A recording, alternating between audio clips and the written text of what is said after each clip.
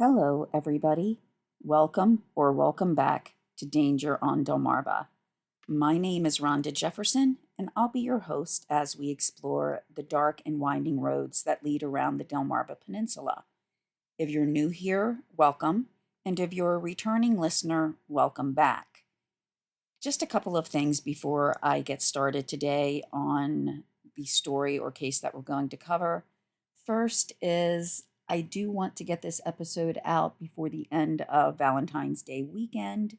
So if you do happen to hear a lot of noise outside, it's because it is extremely windy.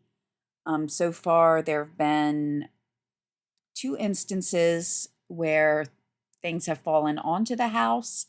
One was a relatively small branch that went down one side of the house. The other, though, was, I guess technically it's a branch because it came off a tree, but it it's wide enough and big enough that it could have been considered, a good portion of the tree. Fell against the roof, and the kids thought it was thunder, but no, it's this pretty big um, branch, if you will. So if I hear that happen again, I'll pause, but I want to try to get this out. So please ignore any of the wind that's going on in the background. And some parts of the area have lost some electricity pretty close by. So hopefully we'll get that done before that happens. But also, I do want to go over just some things that have been happening that may or may not affect the future of the channel. Um, Mainly is over about the past month and a half, I have been dealing with identity theft. And that also includes something done through a government agency. And so that has made my life pretty much a living nightmare. I haven't been able to get any help. Basically, finally, I've reached out to all three of the representatives from Delaware, whether they are senators or House of Representatives. I didn't hear back from two of them, but thankfully, a third has been trying to help me. Over the last couple of weeks, I haven't really gotten any help from the police, which it pains me to say, but um, one of the responses given was don't hold your breath. But I've actually managed to track down a picture of the person where they've opened accounts in my name, even though one didn't show up through any of the monitoring apps, like credit monitoring apps. It didn't show up there, but I was able to track that down and also get a little upset at some places because this person doesn't even know how to spell my name, yet sign my name, spelling it incorrectly. They have since figured it out, by the way, so I'm not giving away anything to them in case they're listening. But yeah, they figured it out because eventually the signature did turn into the correct one. So, yeah, there have been days where I've just spent pretty much the whole day trying to track things down. But at this point, I did have to cancel the subscriptions that I use. So anything like the newspapers.com or similar services that I use to try to first locate stories, and then secondly to get contemporary reports from that specific time frame, that has been canceled at least for the foreseeable future. And in, I believe it's April, is when the renewal for the podcast platform is renewed. So, depending on whether or not things are still happening at that time, I may have to migrate to another, um, another platform. I like the one that I'm using because it's very intuitive. It does a lot of things for those who are not, completely computer savvy, at least when it comes to audio video.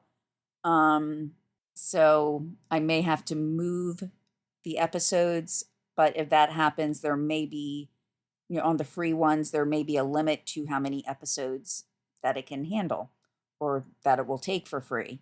So that also means for this episode, where I'd love to do two separate episodes, it's going to be in one, so it might be rather lengthy. If it does come to the point where I will need to migrate the episodes, I will, um, put up an episode where, I explain that. I'm keeping my fingers crossed that it will all be taken care of by then, but and I guess to repeat the local police, I'm not holding my breath that it will be. So I just wanted to go over all of that first. And because this episode I do anticipate being quite lengthy, I'm going to get into it pretty quickly. And especially as there are a couple side stories, how I go over the history of the area. There are a couple stories I want to talk about as well within the history. So I may be moving rather quickly. Some people may be pretty familiar with this case as well, as it's one of the stories that did make it to a lot of nationwide, not just news coverage, but also documentaries on certain court or law channels. So you may have heard of it. Something I was surprised about is how many people believe that the convicted person was not either given a fair trial or evidence was given more weight than it should have been. As after reviewing and I say quite a few articles on this, as well as what I remember when this all initially happened, this is one of those cases where the circumstantial evidence is so extremely abundant that I'm surprised that there are people out there who are adamantly backing the person who was convicted. And I do hope to hear back from you, say if you don't agree with that opinion that, I'm looking at in regards to this. There are a few points that are brought up by the supporters of the convicted murderer that I will point out and go over as to why it doesn't really hold water in terms of whether or not the verdict was accurate.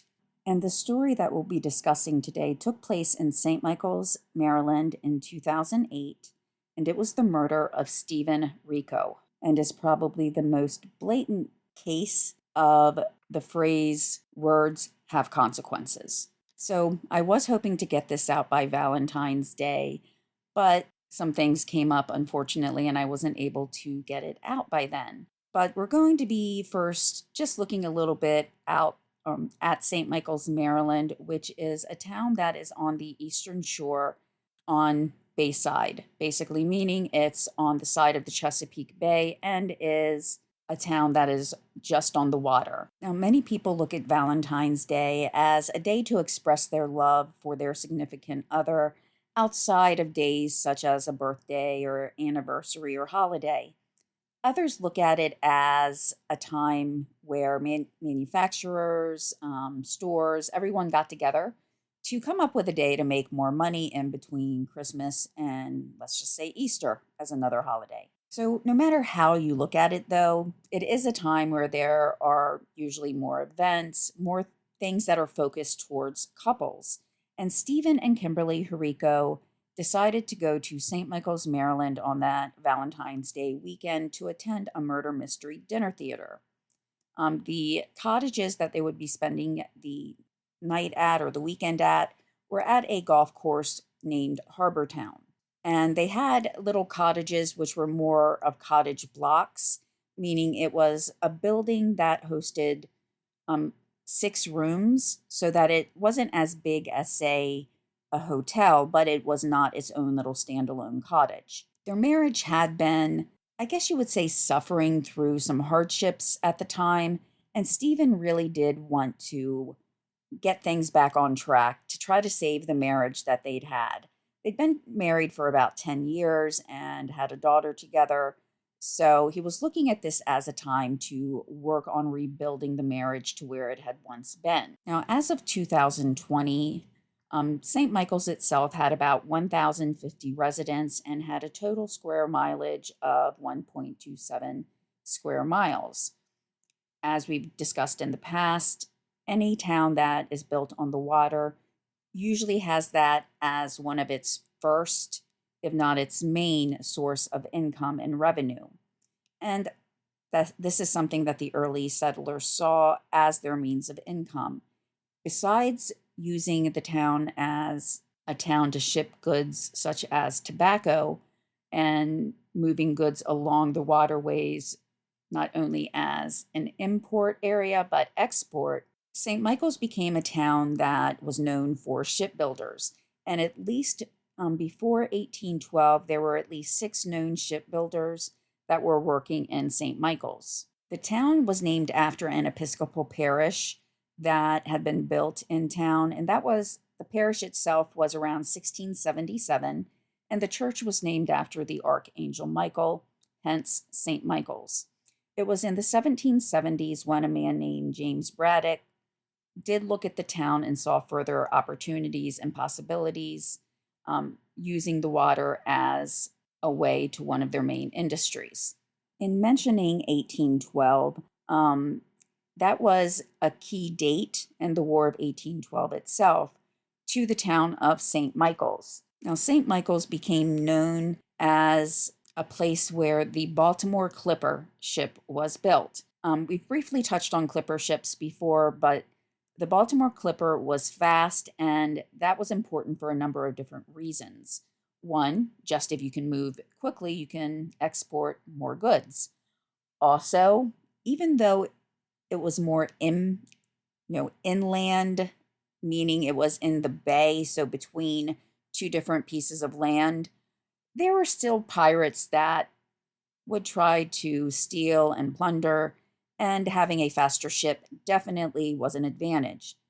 And last, as we approached the War of 1812, being able to outrun the enemy was very strategic in and of itself. But Sir George Cockburn of the Royal Navy saw St. Michael's as an advantageous place to conquer. So St. Michael's did have some batteries to help defend the town against any enemies. And so Cockburn thought, this is a place that we can try to take a stronghold, and not only have access to shipbuilders and their supplies to build ships, repair ships, but also they have batteries along the waterways and in the main center of town. We can try to take a hold of them, and that will be an advantage as well. So it was on August 10th that he had some of his men approach St. Michael's, but just shy south of the town. They went and neutralized the main battery of St. Michael's and then made their way back to their ship. However, they underestimated the people of St. Michael's. Once it was apparent that they were under attack, there were 2 things that were done. First is many of the town went to man other batteries at Dawson's Wharf and at Mill Point, whereas they also turned off the lights in their homes. They then hung lanterns in trees so that when the British were firing upon the town, they were firing towards the trees that had the lanterns in them. Because of this, there was some damage to the houses in town, but it was minimal. So they really underestimated the ingenuity of townfolk of St. Michael's. Moving forward in time, as time passed, there were more industries that abounded that weren't so reliant on the waterways. The shipbuilding aspects of St. Michael's kind of waned some, but that did not mean they didn't work the water still, as many people still do in that area. Trolling, or at the time we could say tonging for oysters, was a big business. And here's where we come across one of the interesting stories of the town. Around 1902, 3 men, who one actually did drop off pretty early, decided to build a seafood packing company. So the 2 that remained were William Colburn and Frederick Jewett, and they started the Colburn and Jewett Seafood Packing Company. Now, this was remarkable for a few different reasons. First is the company became one of the largest employers in the area. They concentrated on, packing, shipping oysters and crabs as well. It became one of the largest employers in St. Michael's that there had been for probably about 60 years. And even at times of the year when other businesses may have been letting people go, or the number of workers they had diminished, Frederick Jewett and William Colburn were still able to keep about 100 people employed year-round. Now, as I said, said this started around 1902, the company did, and they were able to get a loan from a bank to start building their company. And at that time, it was very difficult for a Black man or Black men to be able to get a loan and to be able to build a company. And Frederick Jewett, especially, was able to work with others and even have some of the white watermen sell to him in order to process, pack, and ship their goods. Because initially it was only Black watermen that would work with Frederick Jewett, but eventually the white watermen did see the advantages of working with him and how good he was at being a businessman. So especially at that time, it was extremely difficult for that to occur, and he was able to overcome all of that. Also, the way that people buy and sell crab meat would look completely different if not for one of Jewett's contributions that still lives on today. At the time, crabs were just basically sold as crabs. There was no grading of the meat, but he did look at the crabs and realize some meat would be worth more than others. So he did classify that into lump, claw, blackfin, special, and regular. Now, I prefer lump just, because of the name. You get more than you would get from, say, the claw. But that delineation or classification is still used today. St. Michael's also played a role in the life of another Frederick named Frederick Douglass. In my hometown, there is a school named after him, even though it's in Delaware, but his name still carries the legacy of what he accomplished. Now, in 1832, St. Michael's was a town, of course, like I've mentioned, on the water, and that is a town where Frederick Douglass was first sold into slavery. And that's hard to say that somebody could be bought, that somebody could be sold to another person. But Frederick Douglass did try to escape. He was held there at another time during an escape, but it was in 1838 that he did actually end up traveling through Delaware during his escape, dressed as a sailor. He did receive the sailor uniform from another woman, a free Black woman named Anna Murray. And then the papers that he used to travel was from a free Black man who gave him his papers. And that was in itself very courageous for someone to give up the papers that said, during a time where slavery had not been abolished yet, to give another person their papers to be able to move freely about the areas. Now, Douglass eventually traveled through other areas of the world, including Ireland, Scotland, and England. And in his writings, we can see the empathy that he had for others, even though he'd been through so much himself. He arrived in Ireland about the time of the potato famine and saw the struggles and poverty that most of the families were living in at that time. And in his writings, you can see the sympathy and empathy that he had towards those going through the famine. But his words and his convictions were so strong that after leaving Britain, he had the equivalent of $56,000 that had been given to him to help him in his endeavors and to try to bring across or bring about the abolition of slavery. Additionally, he also fought for women's rights. In 1876, he gave the speech to unveil the Emancipation Memorial in Lincoln Park, Washington. And in a historical presidential ticket, he became the first Black man to be nominated as vice presidential candidate for his party. The presidential candidate was Victoria Woodhull, who fought for women's rights, and the party that they ran for was the Equal Rights Party. Now, Victoria Woodhull, though not having the connections to Delmarva, was still very interesting of herself. So I will leave links to information on Frederick Douglass, Victoria, and the town of St. Michael's as well. Now, even though Douglass was not elected to be Vice President of the United States, he did still hold a number of different positions throughout his lifetime, such as a United States Marshal for the District of Columbia, becoming the first African American to be appointed to that post. He also served as the United States minister resident to Haiti.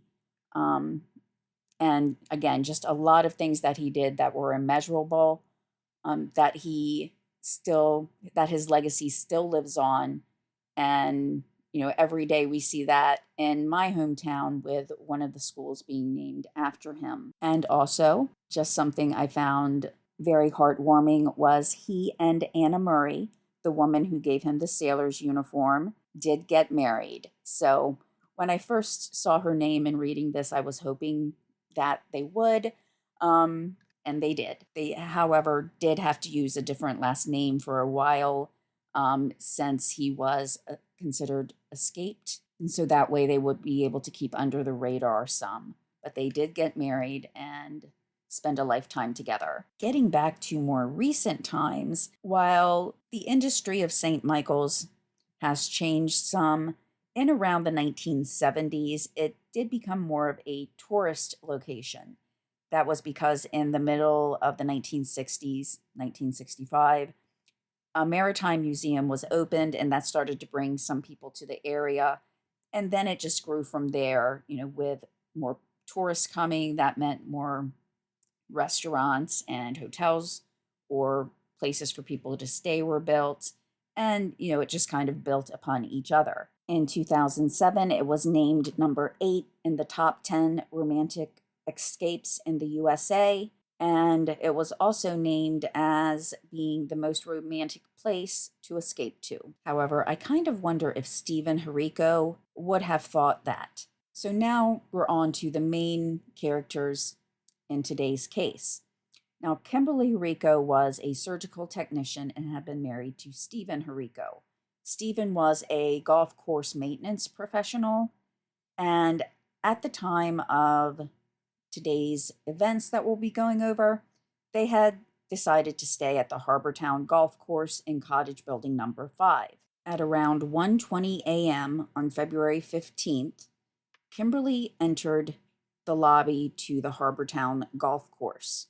Inside the lobby were Elaine Phillips, who was the night manager of Harbortown, as well as actually some of her family, one being her cousin Philip Parker. He would be of the most note to what's going to be happening over the next few moments. According to the cousins, Kimberly calmly walked up to them and asked for someone who worked there. Elaine asked how she could help, and it was described that Kimberly was pretty calm as she said, "My room is on fire." Now, in their testimony, they did see it as strange that she was so calm, but I do try to be more open-minded about that, as some people, do tend to stay more calm during tragedies or times that can be kind of chaotic. That's how I normally approach things, is I'm pretty calm as it's happening, because I look at it as, okay, someone has to stay calm. And frankly, my husband is the one who's usually a little more frantic. So someone has to stay calm, but then afterwards, after everything is finished, they usually have a little bit of a cry or breakdown, depending on how intense the emotions are. I usually end up crying afterwards if there's something going on that, I might stay calm during the actual events, but then when it's all said and done, I usually do anything from cry to just kind of break down a little bit, because things can be very stressful. So I'm trying to give Kimberly the benefit of the doubt in that she was very calm when she said this. However, she also could not remember her room number, so Elaine did have to run over and look at the register and find out where they were while they were calling 911. Now, Kimberly did say she had called 911, and Elaine did see her when she walked in having her telephone on, but she had it upside down, so it was like she was talking into the listening end. And finally, when they asked if anybody was in the room, Kimberly said she thought that her husband may have been in the room. And that brings the situation to a whole new level, because even though the room was on fire, and yes, there were 5 other cottages or 5 other rooms in that cottage block, if it was just that room, that meant that there was a man in there who could be unconscious or hurt, not able to get out. So the cousins made their way to room 506 and found that the front door was locked. Remembering that there was a sliding glass door on the side, they ran over to that, and Philip could see that there were some feet and legs sticking out from between two twin beds.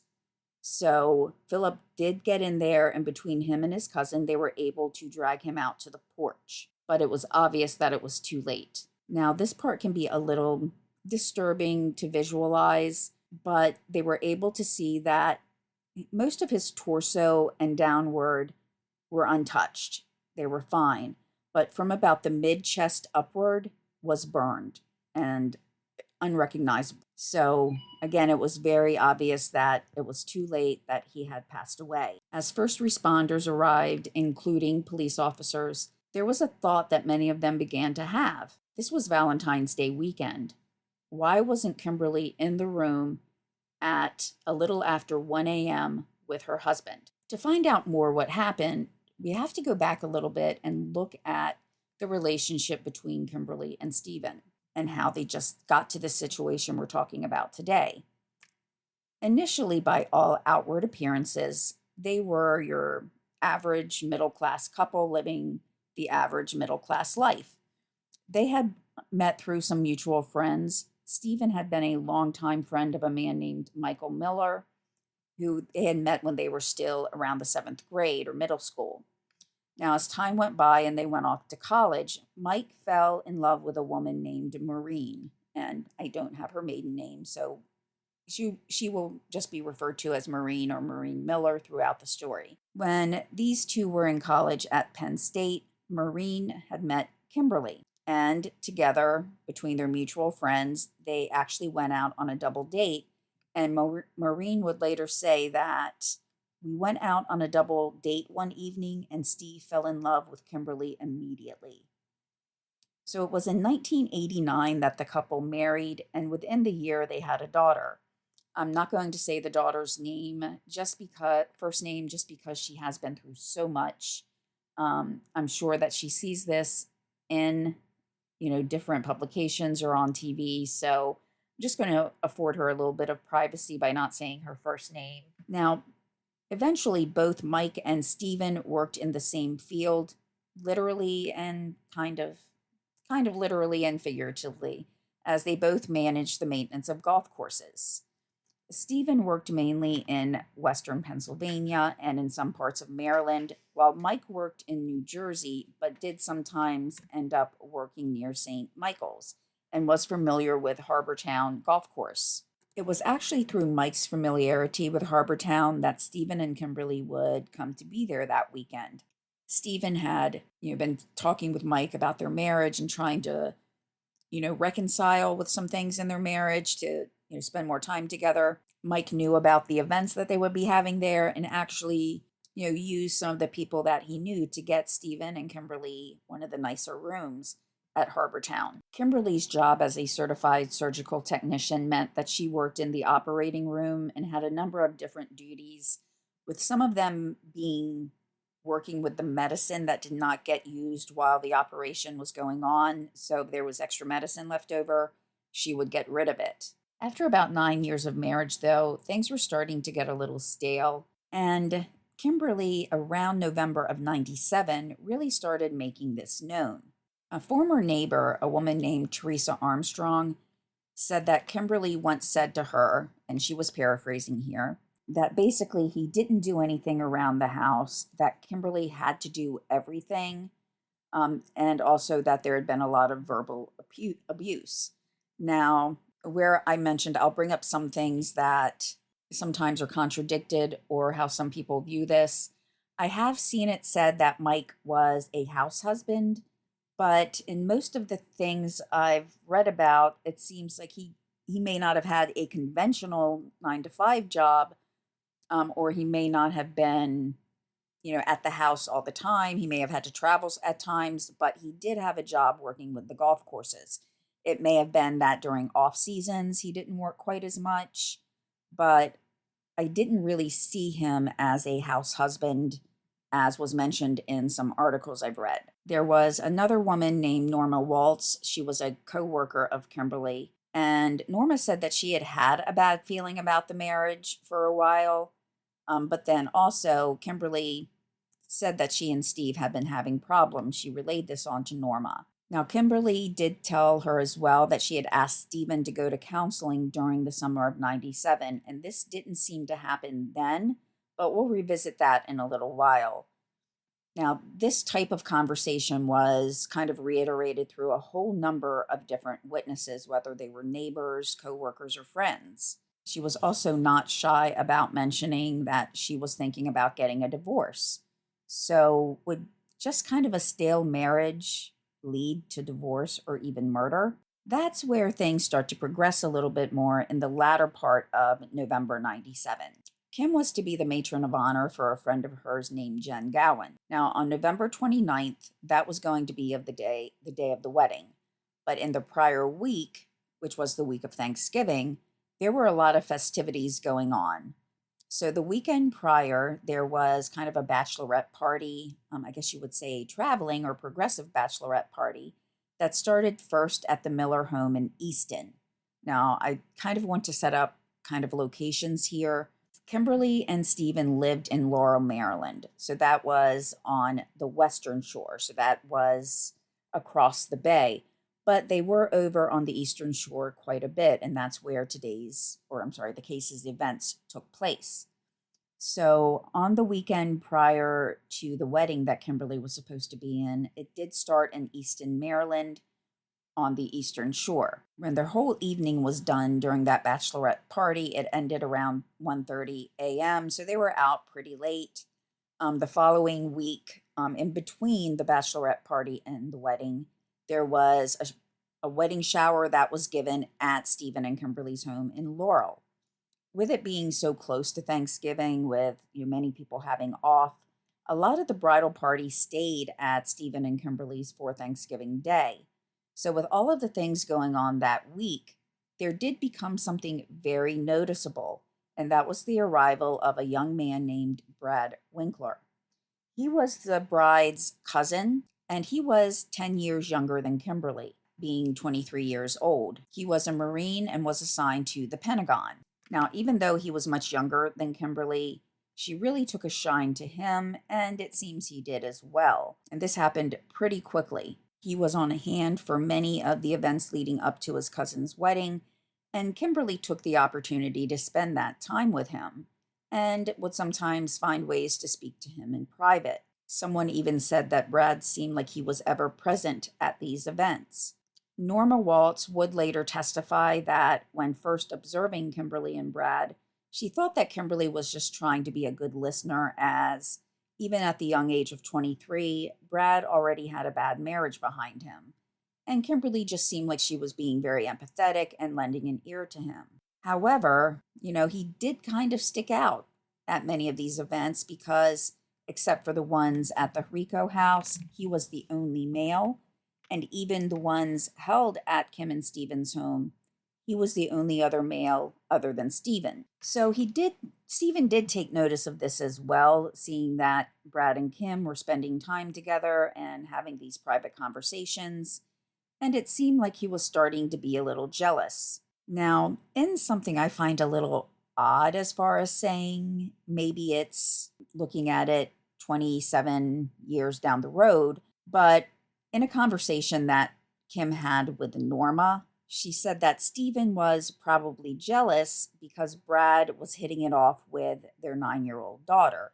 So to me, I just kind of find that kind of creepy, or I don't know.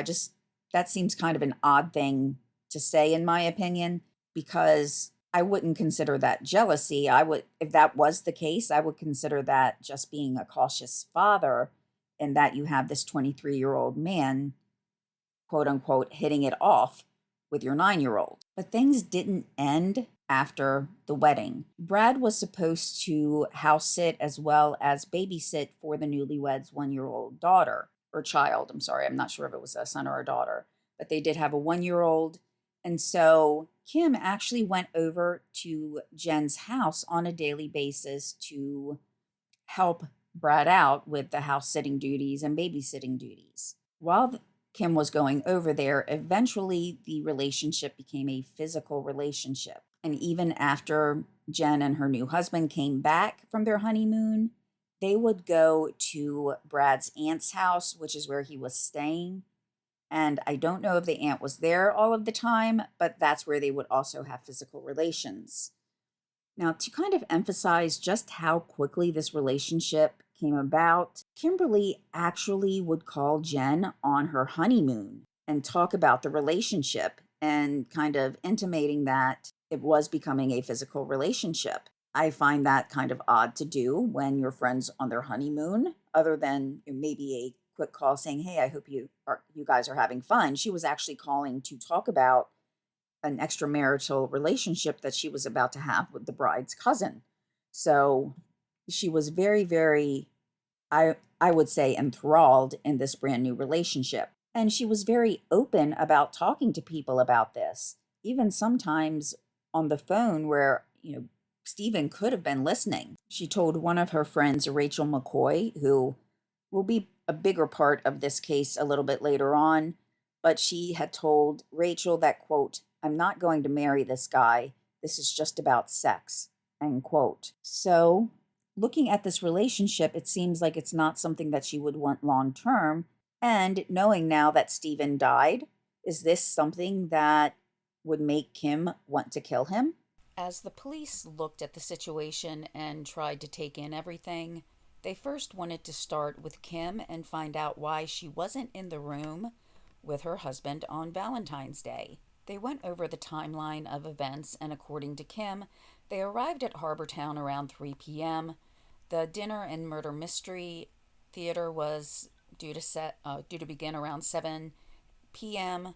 So maybe just a little foreboding, but the name of the production was The Bride Who Cried. Now, Kim said that they had left dinner around 10 or 10:30 and went back to their rooms, not before buying a few beers to take back with them, though. So, what was Kim doing between, let's say, 10:30 and 1:20 a.m.?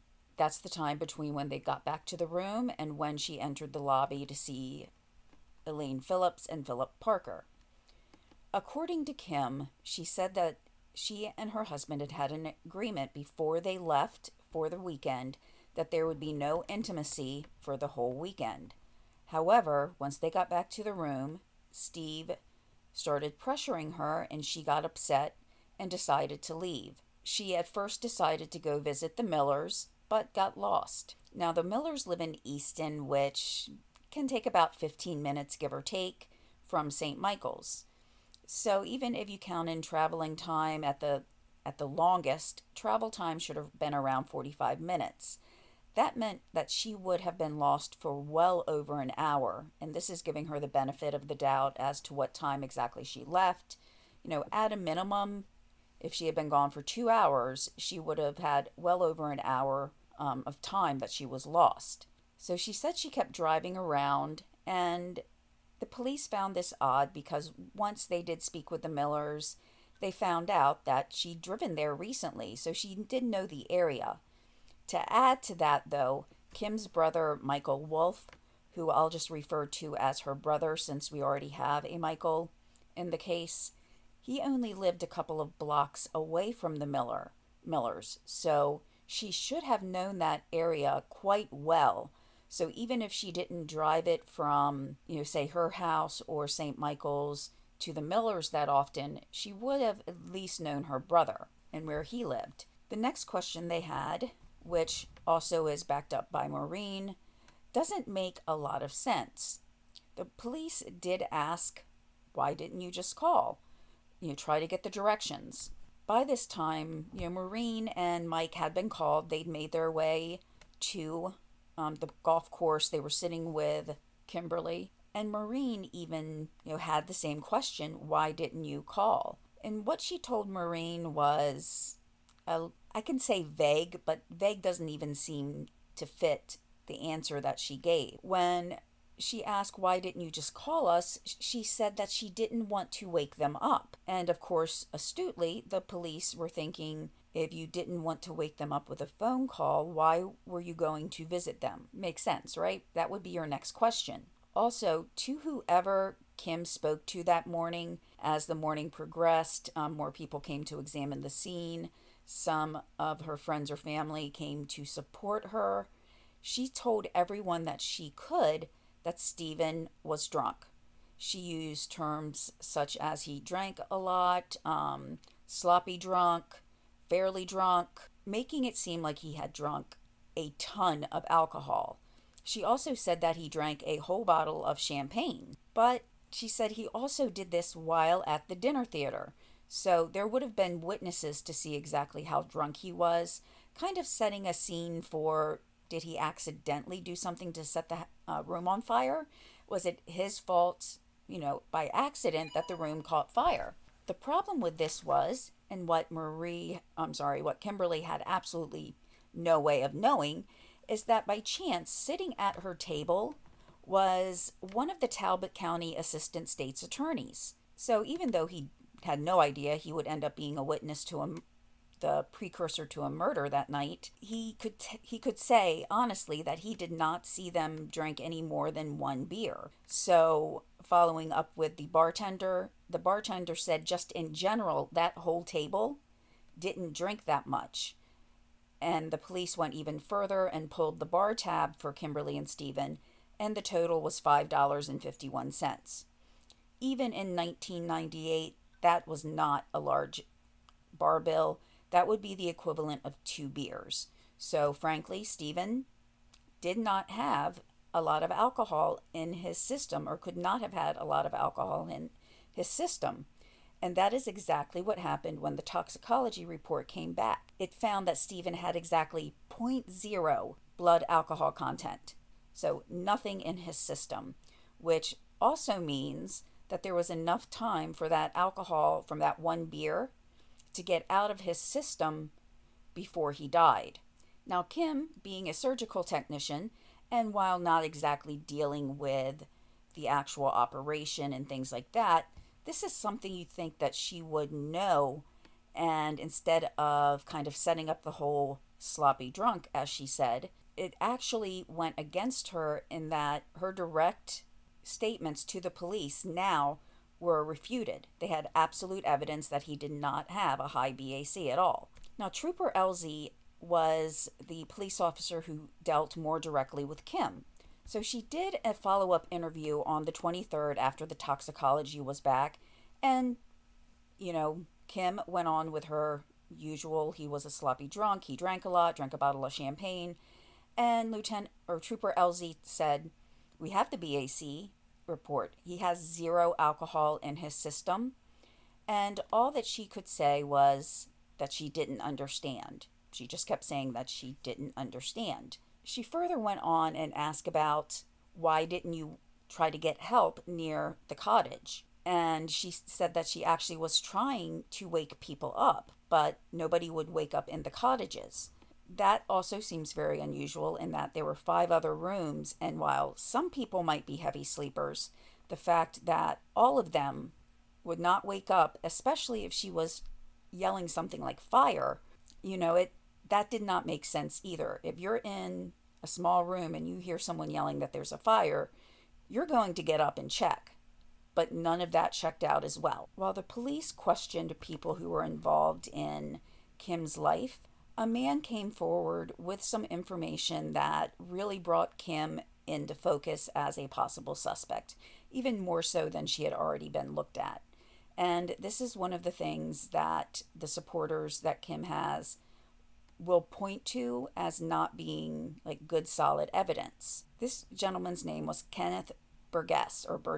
I'm thinking it's probably pronounced Burgess. But he came forward to say that he was a co-worker of Kim. He was also a surgical tech at the hospital. And he had been convicted more than a decade earlier of welfare fraud. So at one point, Kim approached him. He had been leaning against the wall, I guess between surgeries, doing something, but his back was towards her. So she approached him from behind, possibly knowing about his history of having a fraud in his name. But she said from behind, Ken, I want to talk to you. And so he had previously just been standing there, but he turned around to talk to her, and Kim said to him that she wanted to kill Stephen. So he just kind of took it as a joke because seriously, who would just come up to someone and say that even before he had a chance to completely turn around? So, like I'm sure most people would say, he was like, nope, I am not getting involved in this. Even if he does have a welfare fraud against him, that was more than a decade prior, and it's a far cry from killing someone. So he actually tried to talk her out of doing anything, like that. And she actually went as far as to offer him $50,000. Now, some places will say $5,000 because they said he didn't remember, but I mostly saw $50,000 listed. But Kenneth was adamant he was not going to get involved in anything that pertained to murder. And she just asked him to forget the conversation. But Ken said something and he probably later regretted it. Just kind of as a off the cuff remark, he said something to the effect of, well, you work in an operating room and the medicines can put him to sleep. And probably he was looking back at that and kind of regretting those words right there. And that is something that was very important once other testimony came forward. Now, I did mention the $50,000, and you may wonder where she would come up with that money. And the first thought would be life insurance. So, just briefly talking about the life insurance, in one of the articles where the supporters are saying it was only $200,000, which would be about $387,000 today, and she would be giving about a quarter of that towards someone to kill Stephen. What is not always mentioned is that there was another policy once the police looked around, and that was $450,000 total between the two policies. And that would be worth over $871,000 today. So that's a big difference. If $50,000 was offered and it was only a $200,000 life insurance, that's one quarter. Whereas if you're looking at 450,000, that's about 1/9 or around 11%. So that changes things a bit. In looking at the testimony of Jen Gowan, that was Brad's cousin and who had been the bride earlier, she was very forward in discussing the relationship that she had with Brad, which, as Brad's cousin, I wonder if that was quite a bit uncomfortable. But she had confided that, prior to the events of Valentine's weekend, that she and Stephen had only been intimate once in, the past prior few months, and became very forward and frank in describing the relationship she was having with Brad. But even more forward were her discussions in what she would do to get rid of Stephen. She would tell Jen that she thought about killing Stephen because the hurdle about getting a divorce that we see in a lot of divorce situations is custody of their child. And that's what Kimberly was afraid of, according to testimony given by some of her friends and coworkers. She thought that in the course of a divorce, Stephen might be able to turn their daughter against Kim. And what was even worse, in my opinion, is she almost seemed to frame the death of Stephen as a mercy killing, saying that without her and their daughter, that Stephen would be nothing, that he would be better off dead without her and their daughter. And, it seems very, very harsh, and that Kim was very self-centered in these things, very egotistical. This is my opinion. She was just very egotistical in these things. And it was a very interesting way of looking at things, I must say. She also was worried about, she said, if she told Stephen about Brad and they got a divorce, it might make Stephen depressed. So in other words, again, kind of setting up some ideas. Would he get depressed if he knew about the affair? And also, again, that whole hint of he would be better off dead, which that still amazes me. But she was worried about if he did get depressed and kill himself. She did express worry about getting the life insurance because they may not be able to collect it if he did kill himself. Now, this is where things get very interesting in terms of how concretely do we know that Kim knew how to kill Stephen. And that's with something called succinylcholine, or SUX.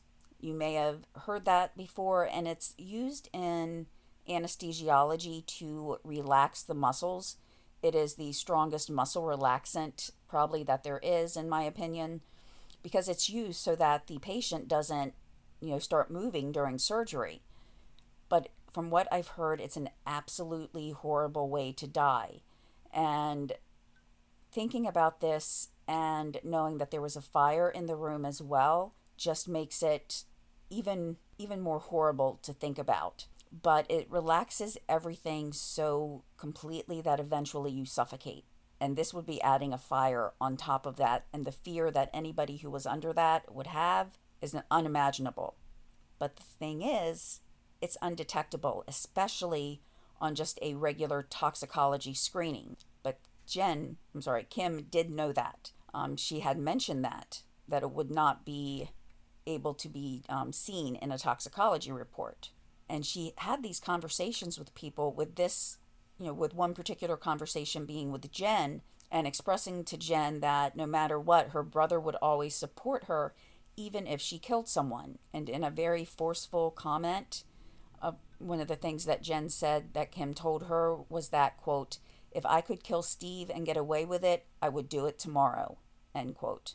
Going back more into the history of the conversations and what Kim may have been planning on doing, she seemed to be getting more frantic as time went by. On January 30th, she called her friend Rachel, but Rachel had gone out with some other people for dinner and wasn't home. And remember, this was 1998, so not everybody had cell phones. In fact, Rachel had an answering machine, so not even voicemail.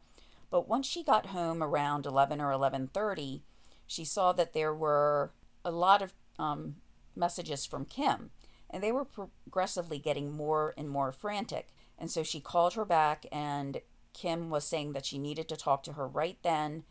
And hearing the panic in Kim's voice, Rachel was like, "Yes, just give me 15 minutes." And then she was on her way. Once Rachel got there, it appeared to her that Kimberly had been drinking. And that was kind of fueling her emotions and how upset she was. Kim told her that she, quote, "had a plan on how to do it where she wouldn't get caught," end quote. So she further explained to Rachel that she could get her hands on a drug that would paralyze her husband. She also described how it would stop his breathing, and then she would set the curtains on fire with a candle or cigar.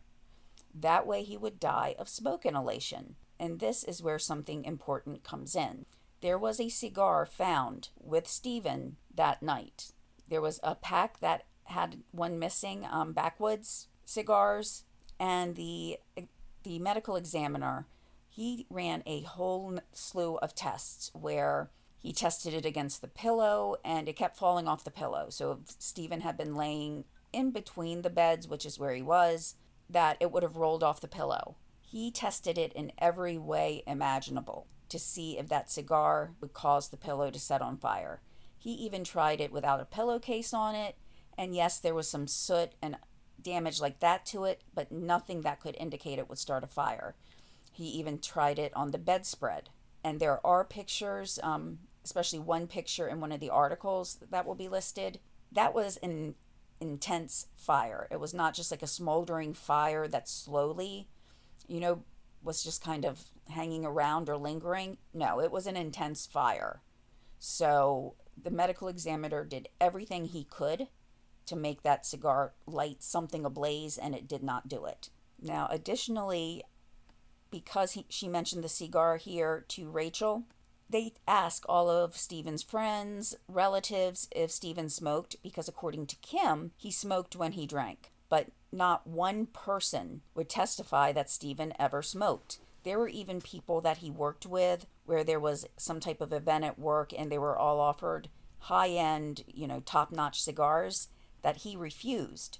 So, it was her word against dozens of other people to say that Stephen did not smoke a cigar at any time. So going back to that night with Rachel, as she's continuing to detail things, that might happen, and in kind of a precursor to things that may have happened, Rachel, of course, was trying to talk Kim out of any of these things.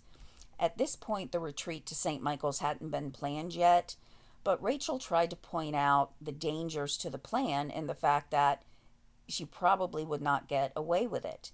And one of those things was pointing out that if she started a fire, it would possibly spread to the whole house and burn it down, and also to her neighbors. So Rachel did, hear exactly what Kim said she was going to do. And remember, Rachel is Kim's friend. This is not a casual acquaintance to be given testimony. This is someone that Kim called when she thought that she needed somebody. And Rachel is telling this information to the police and later at court during the trial. So on that same night at around 1:30, Kim said she needed to use the bathroom. Rachel waited a while and then decided she wanted to go up and check on her because it had been quite a few minutes. What she found there was even more surprising. She didn't know that Stephen was home, frankly, because Kim is sitting in the living room talking all about how she's going to kill Stephen.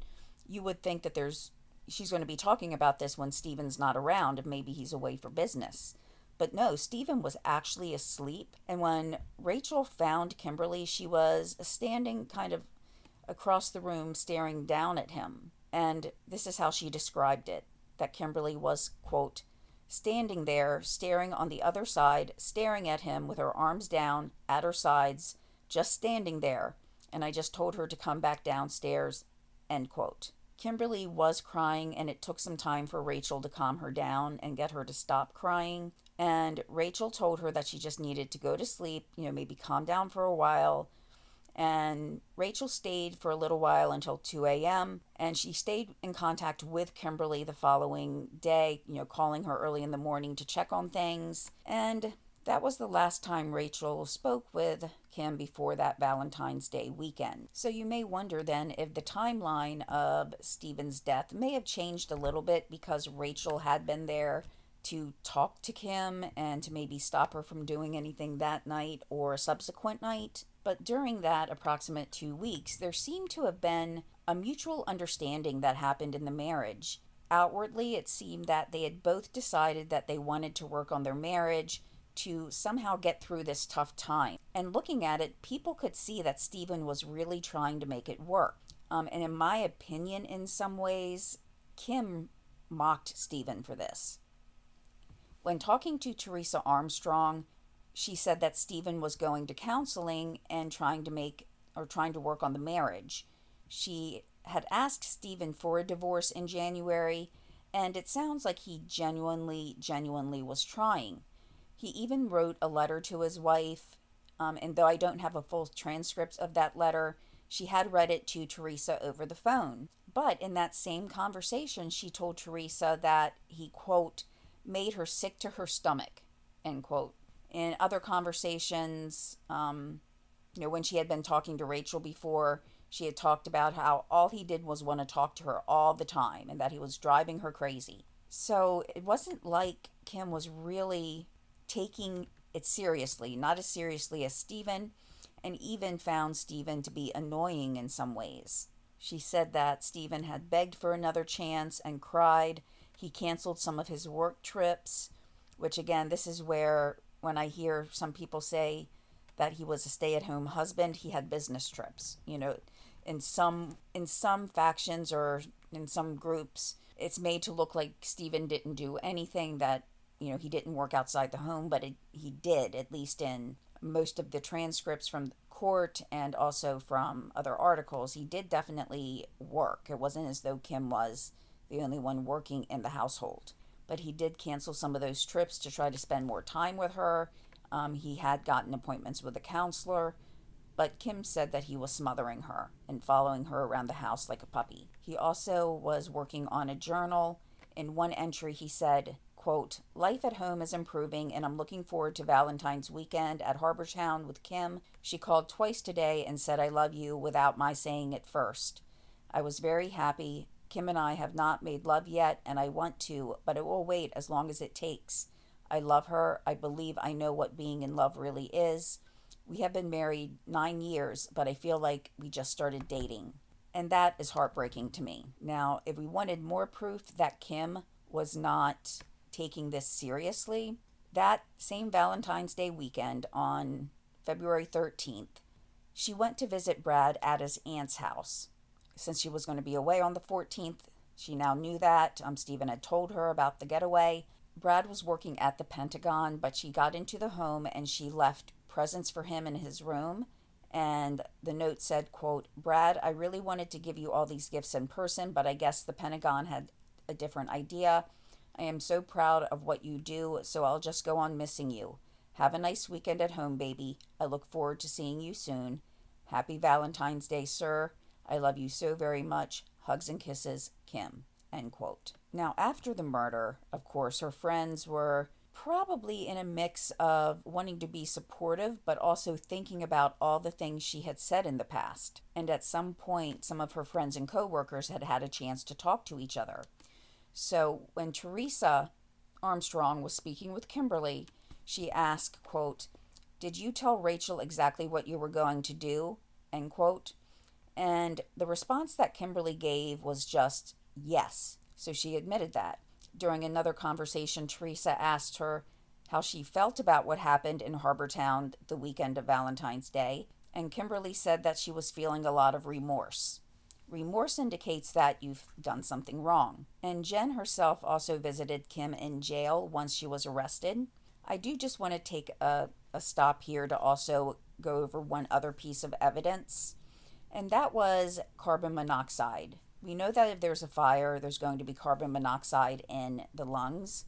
In this case, he was actually dead before the fire was started, or at least until it took, a good hold onto the room, because there was no carbon monoxide in his lungs. So he was dead when the fire actually started or became overwhelming. And I guess in some ways, at least he didn't have that fear of that fire. But it was so concentrated on the upper part of his body. Like, how did that happen? I know I went over the cigar and that was tested. One other thing they looked at was the log that had been in the fireplace. Now, it was a type of store-bought log, and this is where some of Kim's supporters look at it and say, well, this type of log technically is not supposed to be used in a fireplace like that, and that was true. But there were, again, tests on if an ember or something could fly across the room and set a fire to that extent, and those tests did not show that that was possible.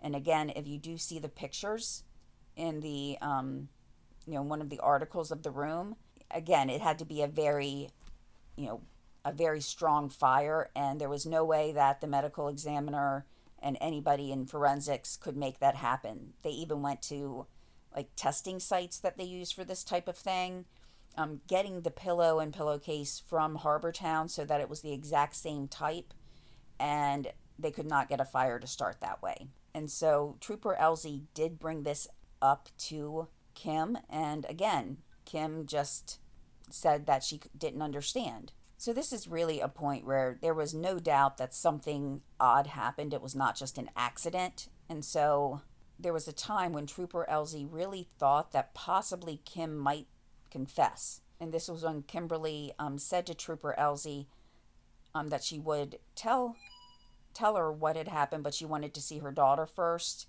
And then she actually asked or said, quote, "I really want to tell you the truth, but can I still go home?" End quote. And in the trial, all of the testimony and conversations that she had that I've previously gone through were given as evidence in trial, including testimony about the log with the carbon monoxide, testing the cigar, everything like that.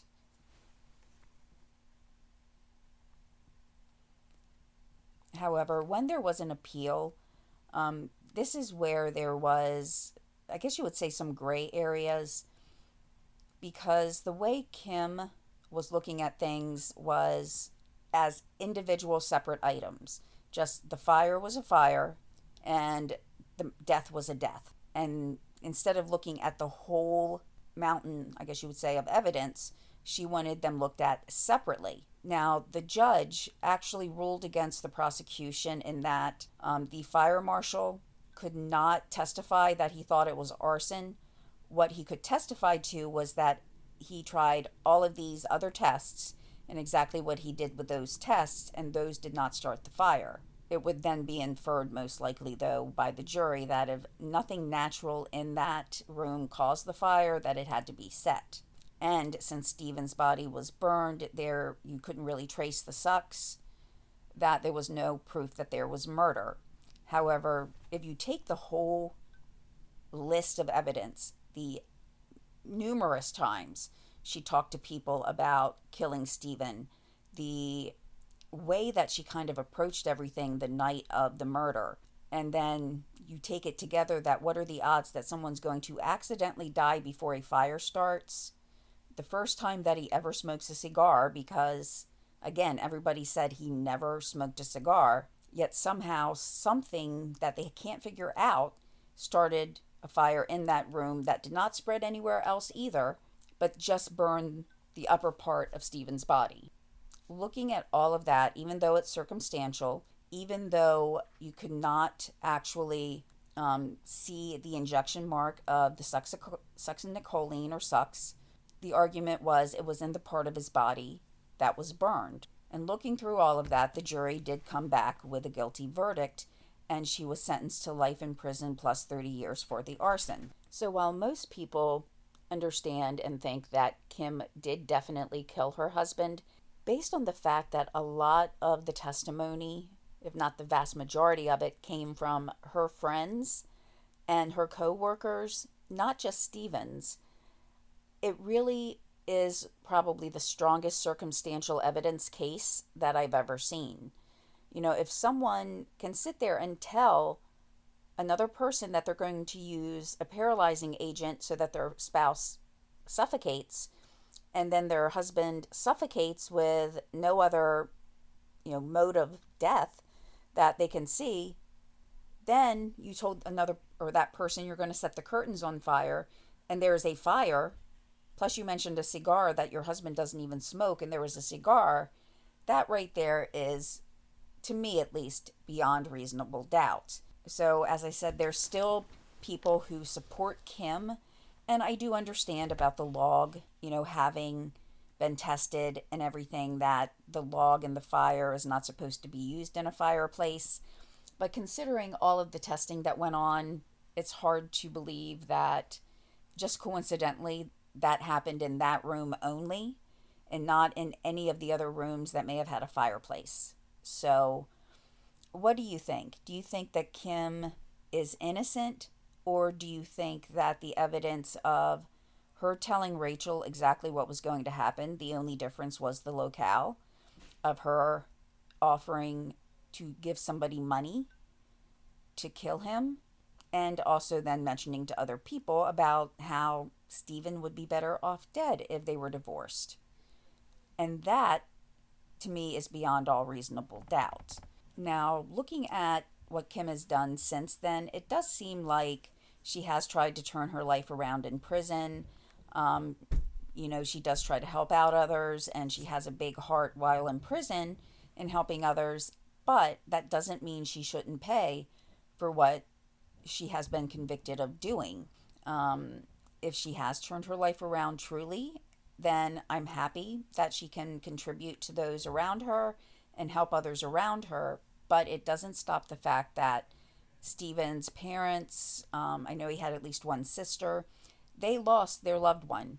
His friends lost a loved one. And, there's no getting back from that. It was a purposeful action, and she has to pay for that. So with that, I'm going to end today's episode. Somewhere in the middle of the episode, my microphone started acting a little wonky, I guess, is the best way to say it, and the volume was going up and down. I'll do my best to try to fix that. And like I said, I'll give updates on, what I might have to do to make sure that the podcast still has a home or a platform to host it.